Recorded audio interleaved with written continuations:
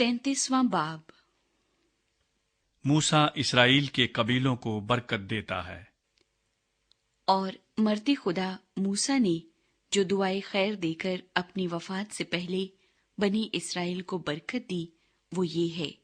और उसने कहा, खुदावंद सीना से आया और शईर से उन पर आशकारा हुआ और कोहे फारान से जलवागर हुआ और लाखों कुदसियों में से आया।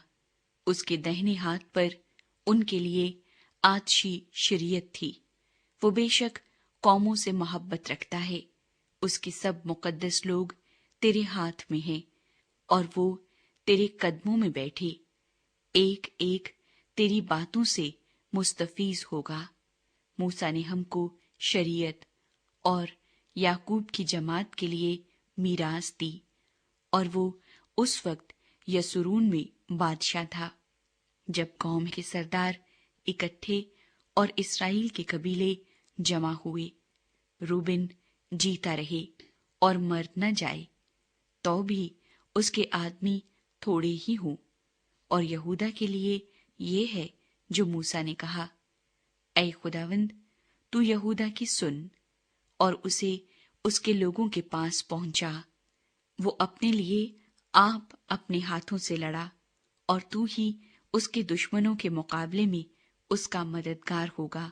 और लावी के हक में उसने कहा, तेरे तुमय्यम और ओरीम उस मर्द खुदा के पास हैं जिसे तूने मिसा पर आजमा लिया और जिसके साथ मुरीबा के चश्मे पर तेरा तनाजा हुआ, जिसने अपने माँ बाप के बारे में कहा कि मैंने इनको देखा नहीं, और न उसने अपने भाइयों को अपना माना और न अपने बेटों को पहचाना, क्योंकि उन्होंने तेरे कलाम की एहतियात की और वो तेरे अहद को मानते हैं। वो याकूब को तेरे अहकाम और इसराइल को तेरी शरीयत सिखाएंगे। वो तेरे आगे बखूर और तेरे मजहबे पर पूरी सोख्तनी कुर्बानी रखेंगे। ऐ खुदावंद तू उसके माल में बरकत दे और उसके हाथों की खिदमत को कबूल कर।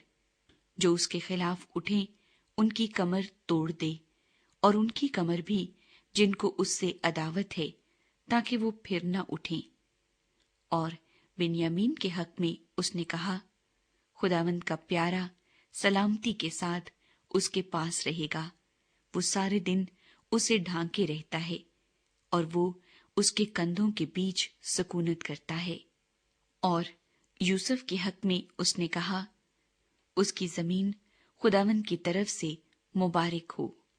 आसमान की बेशकीमत अशिया और शबनम और वो गहरा पानी जो नीचे है और सूरज के पकाए हुए बेशबहा फल और चांद की उगाई हुई बेशकीमत चीजें और कदीम पहाड़ों की बेशकीमत चीजें और अब्दी पहाड़ियों की बेशकीमत चीजें और जमीन और उसकी मामूरी की बेशकीमत चीजें और उसकी खुशनूदी जो झाड़ी में रहता था, इन सब के एतबार से यूसुफ के सर पर, यानी उसी के सर के चांद पर जो अपने भाइयों से जुदा रहा, बरकत नाजिल हो।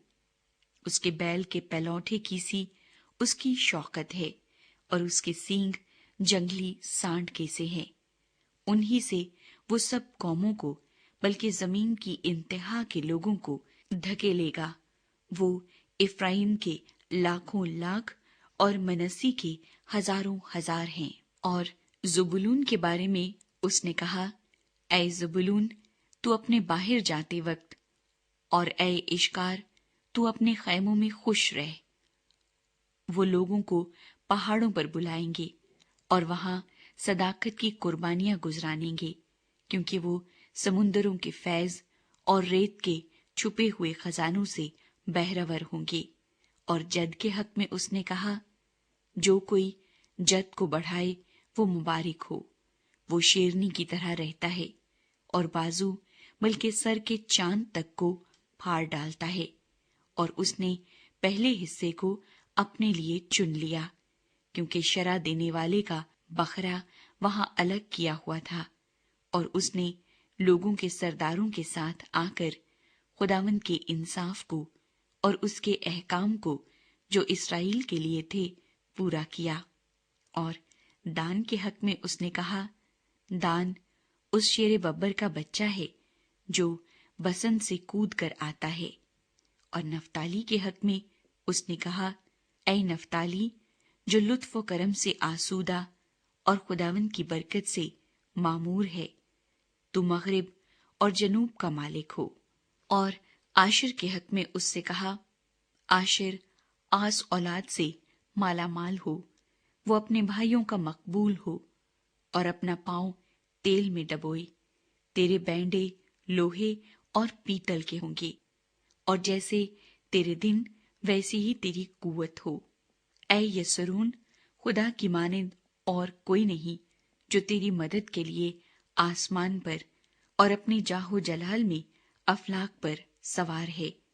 ابدی خدا تیری سکونت گاہ ہے اور نیچے دائمی بازو ہیں۔ اس نے غنیم کو تیرے سامنے سے نکال دیا اور کہا، ان کو ہلاک کر دے، اور اسرائیل سلامتی کے ساتھ، یعقوب کا سوتا اکیلا، اناج اور مے کے ملک میں بسا ہوا ہے، بلکہ آسمان سے اس پر اوس پڑتی رہتی ہے۔ مبارک ہے تو اے اسرائیل، تو خداوند کی بچائی ہوئی قوم ہے۔ سو کون تیری مانند ہے؟ وہی تیری مدد کی سپر اور تیرے جاہ و جلال کی تلوار ہے۔ تیرے دشمن تیرے متی ہوں گے اور تو ان کے اونچے مقاموں کو پامال کرے گا۔